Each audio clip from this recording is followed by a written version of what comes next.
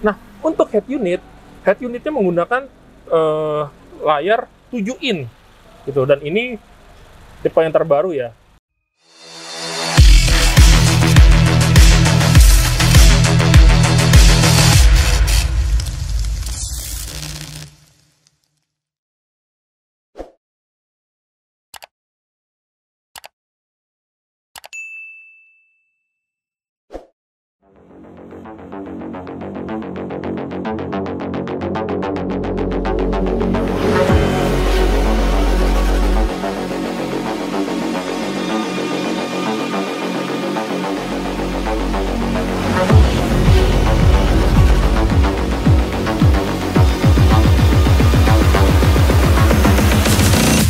Void.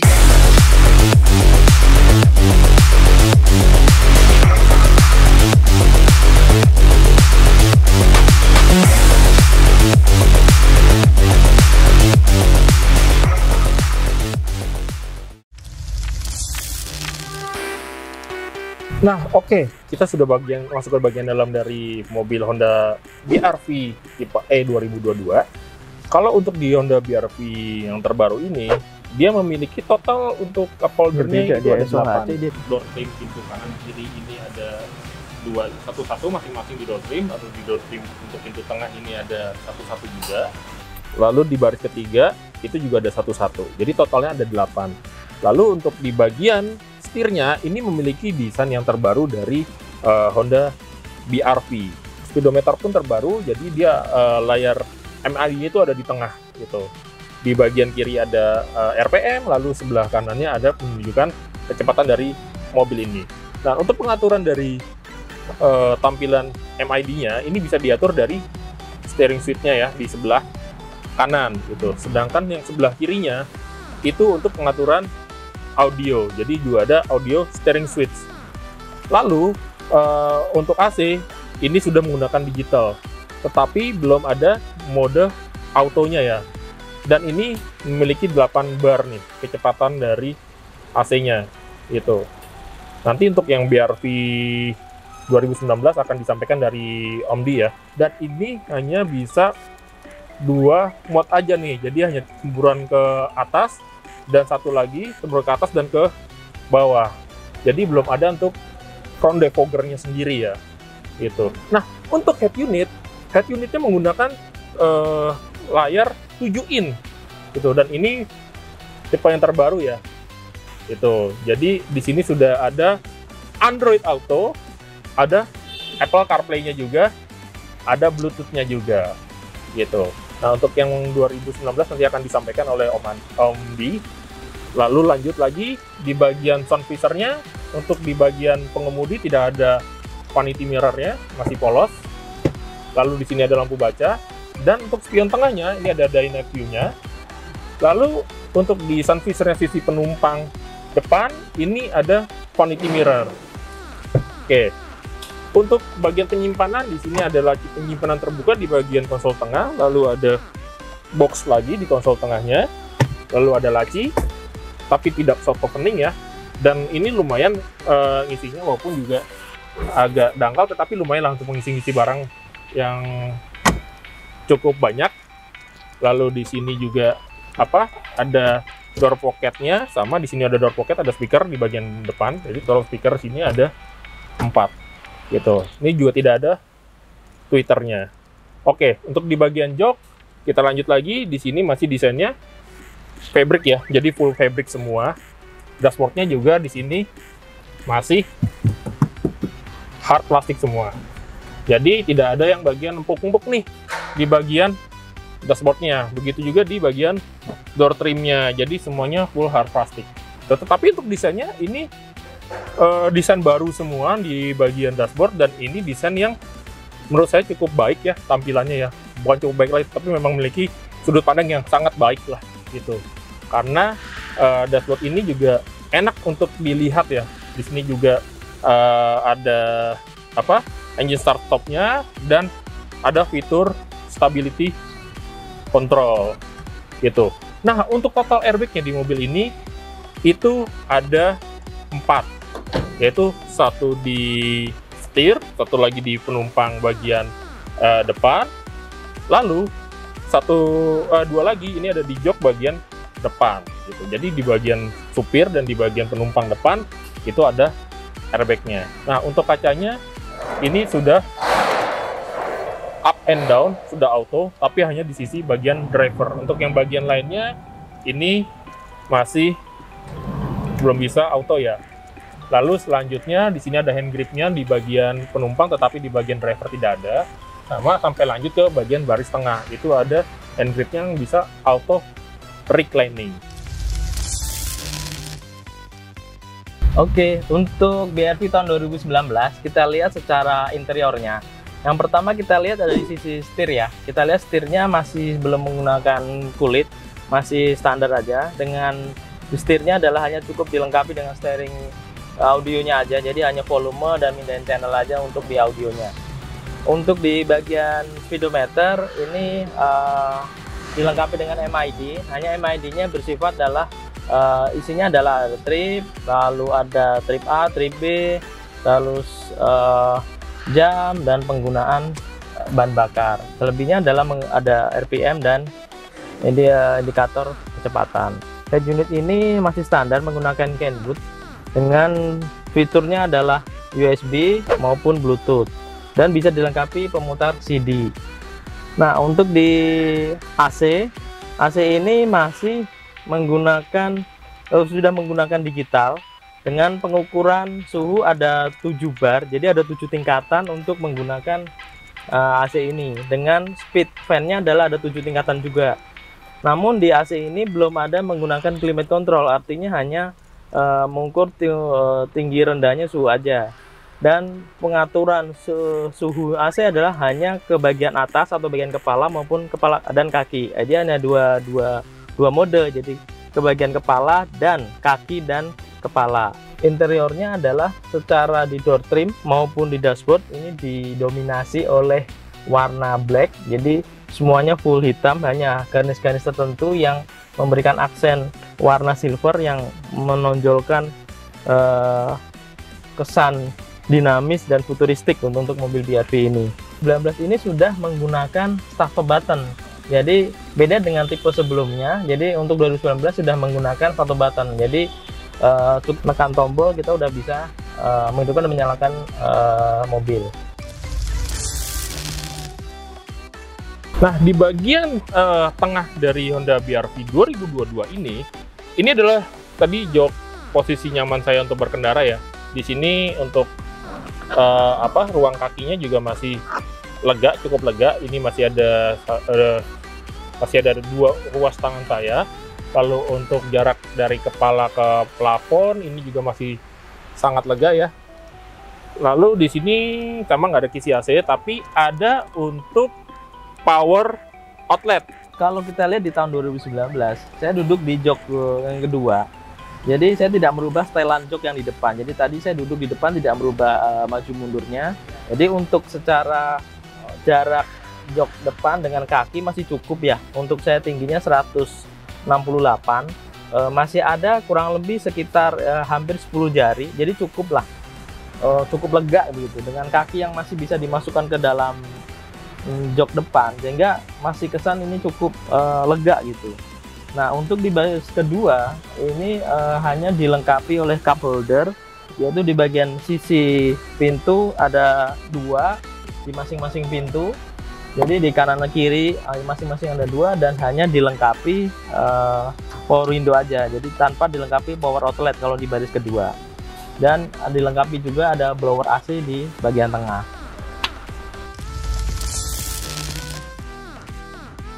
Oke, kita lanjut ke akses bagian row ketiganya ya. Nah, ini one touch sambal, jadi sangat praktis ya kalau kita mau masuk ke dalam. Dan ya, tinggi saya 175 dan ya ini agak mentok ya. Ini agak mentok dan kita coba pindah ke bagian samping. Ini ngepas untuk orang dewasa. Jadi sebenarnya ini joknya juga masih bisa diatur lagi ya. Bisa digeser-geser ininya, tapi tadi ini adalah posisi ketika ini agak lega gitu. Tapi kalau kita butuh space lagi nih di bagian belakang, ini masih bisa dimajukan. Nah, Karena memang tadi saya kelupaan bagian tengahnya itu, memang di sini ada double blower, dan double blowernya juga masih berasa ya di bagian baris ketiga ini sendiri. Cup holder, nah posisi cup holder di belakang adalah di ujung-ujung sini. Lalu di sini juga ada akomodasi untuk penyimpanan terbuka ya. Jadi masih bisa nyimpen HP lah ya di sini lah ya. Dan juga ada seat beltnya bagian belakang, dan ini juga fix, tidak bisa diatur-atur ketinggian rendahnya atau tingginya. Lalu kita juga masih bisa ngeliat nih dari sudut pandang untuk melihat bagian luar. Nah, untuk belakang juga ada headrestnya yang bisa diatur ya ketinggiannya ya, gitu. Sama nih ada dua, ada kanan kiri. Untuk bagian ini oke. Kita lanjut lagi di Honda BR-V 2019. Ini sekarang kalau di belakang, mungkin ini yang untuk anak-anak ya. Jadi kalau saya duduk di belakang dengan tinggi 168, emang ngepas. Jadi hanya sisa paling hanya 3 jari, cukup aja ini. Dengan jarak kepala ini hanya 5 jari aja nih, gitu. Jadi untuk di belakang memang ya cukup, untuk dewasa hanya untuk 2 orang. Lalu untuk posisi cup holdernya hanya ada masing-masing ada 1 di setiap pintunya. Kalau di bagian bagasi dengan posisi jok seperti ini masih cukup lumayan untuk menyimpan barang-barang. Jadi kalau untuk ukuran koper, ukuran besar mungkin hanya 1 ya. Tapi kalau untuk ukuran medium mungkin bisa 2 nih di sini. Namun kalau kita bisa buka, kita lipat lagi joknya, ini cukup lumayan. Sehingga masih cukup lumayan untuk bisa menampung barang-barang yang di sini. Cuman sayangnya adalah untuk 2019 untuk tipe melipat joknya adalah hanya ke depan, sehingga tidak rata lantai. Iya. Tapi ini cukup luas ya sebenarnya ya. Cukup luas. Tuh. Nah, untuk kalau bisa dilipat begini kan lumayan untuk menaruh koper-koper ya. Jadi bisa mungkin sampai 4 koper sedang lah ya. Kalau koper gede sih 2 ya. Kalau gede mungkin bisa 2. Speakernya untuk di baris ketiga ini ada agak di atas ya, kanan kiri. Namun di bagian tengah nggak ada speakernya. Oh, karena di tengah tadi door trimnya nggak ada speakernya, digantikan di bagian belakangnya. Betul. Oke, itu juga ada tempat penyimpanan toolkit ya. Nah, untuk penyimpanan toolkitnya untuk BR-V 2019 ini cukup simpel ya. Jadi semua toolkit dan dongkrak tersimpan di sini semua. Jadi sangat-sangat praktis. Kita lihat, kita lihat dongkraknya ada di dalam posisi door plastiknya ini. Posisi toolkitnya cukup simpel dan rapi, sehingga di covernya ini tersimpan semuanya ada di sini. Sehingga cukup praktis kita untuk menyimpan barang-barang ini, sehingga tidak berantakan untuk naruh barang-barangnya. Di bagian bagasinya ini sendiri, ini seperti ada 2 tingkatan ya. Sebenarnya ini bisa dibuka, dan ini bisa naruh barang lagi gitu. Kalau kita butuh space lebih gede ya udah, nih tinggal buka aja. Ini kita masukin rumah gitu ya. Jadi cukup banyak space yang bisa kita pergunakan. Nah, untuk pelipatannya di bagian joknya seperti ini. Dan ini berbeda dari Honda BR-V yang sebelumnya. Kalau sebelumnya dia bisa lipat ke depan, ini hanya lipat seperti ini. Dan kalau mau rata lantai, kita pasang kembali ini. Gimana? Oh, seperti ini.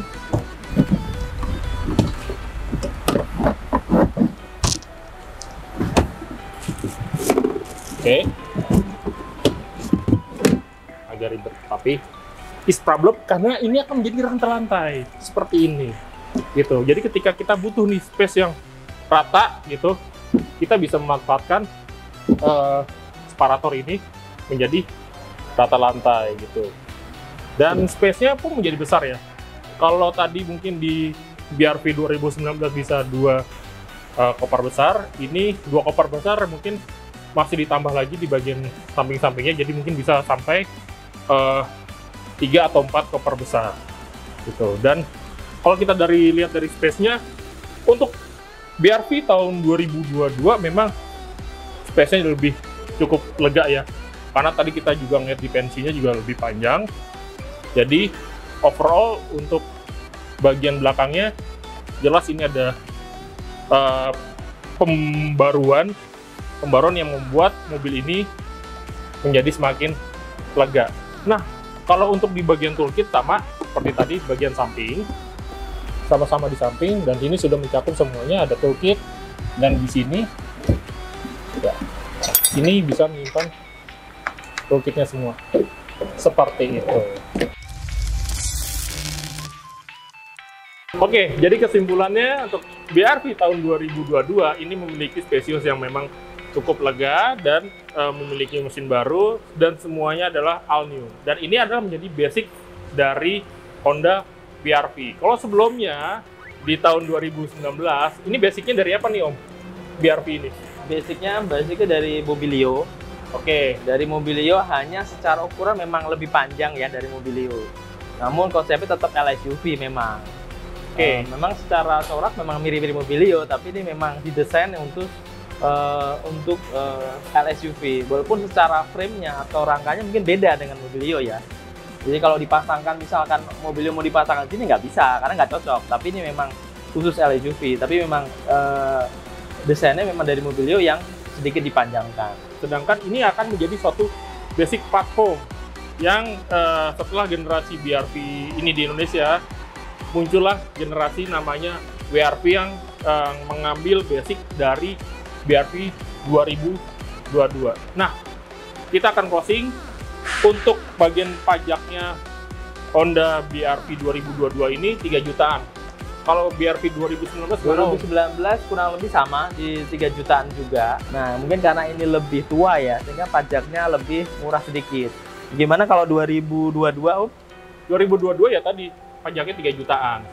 Nah, untuk harga kita panggil dari sales Honda Trend Alam Sutra, yaitu Om Sugeng. Om Sugeng, silakan Om Sugeng. Nah, Om Sugeng nih, kita jelasin dulu nih. Kenalan dulu dong Om. Ya.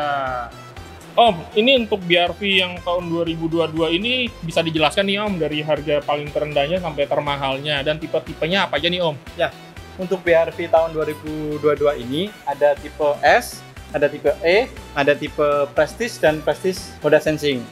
Nah, untuk harganya, untuk BRV ini kisaran dari yang paling rendah itu 270-an, yang paling tingginya 340-an.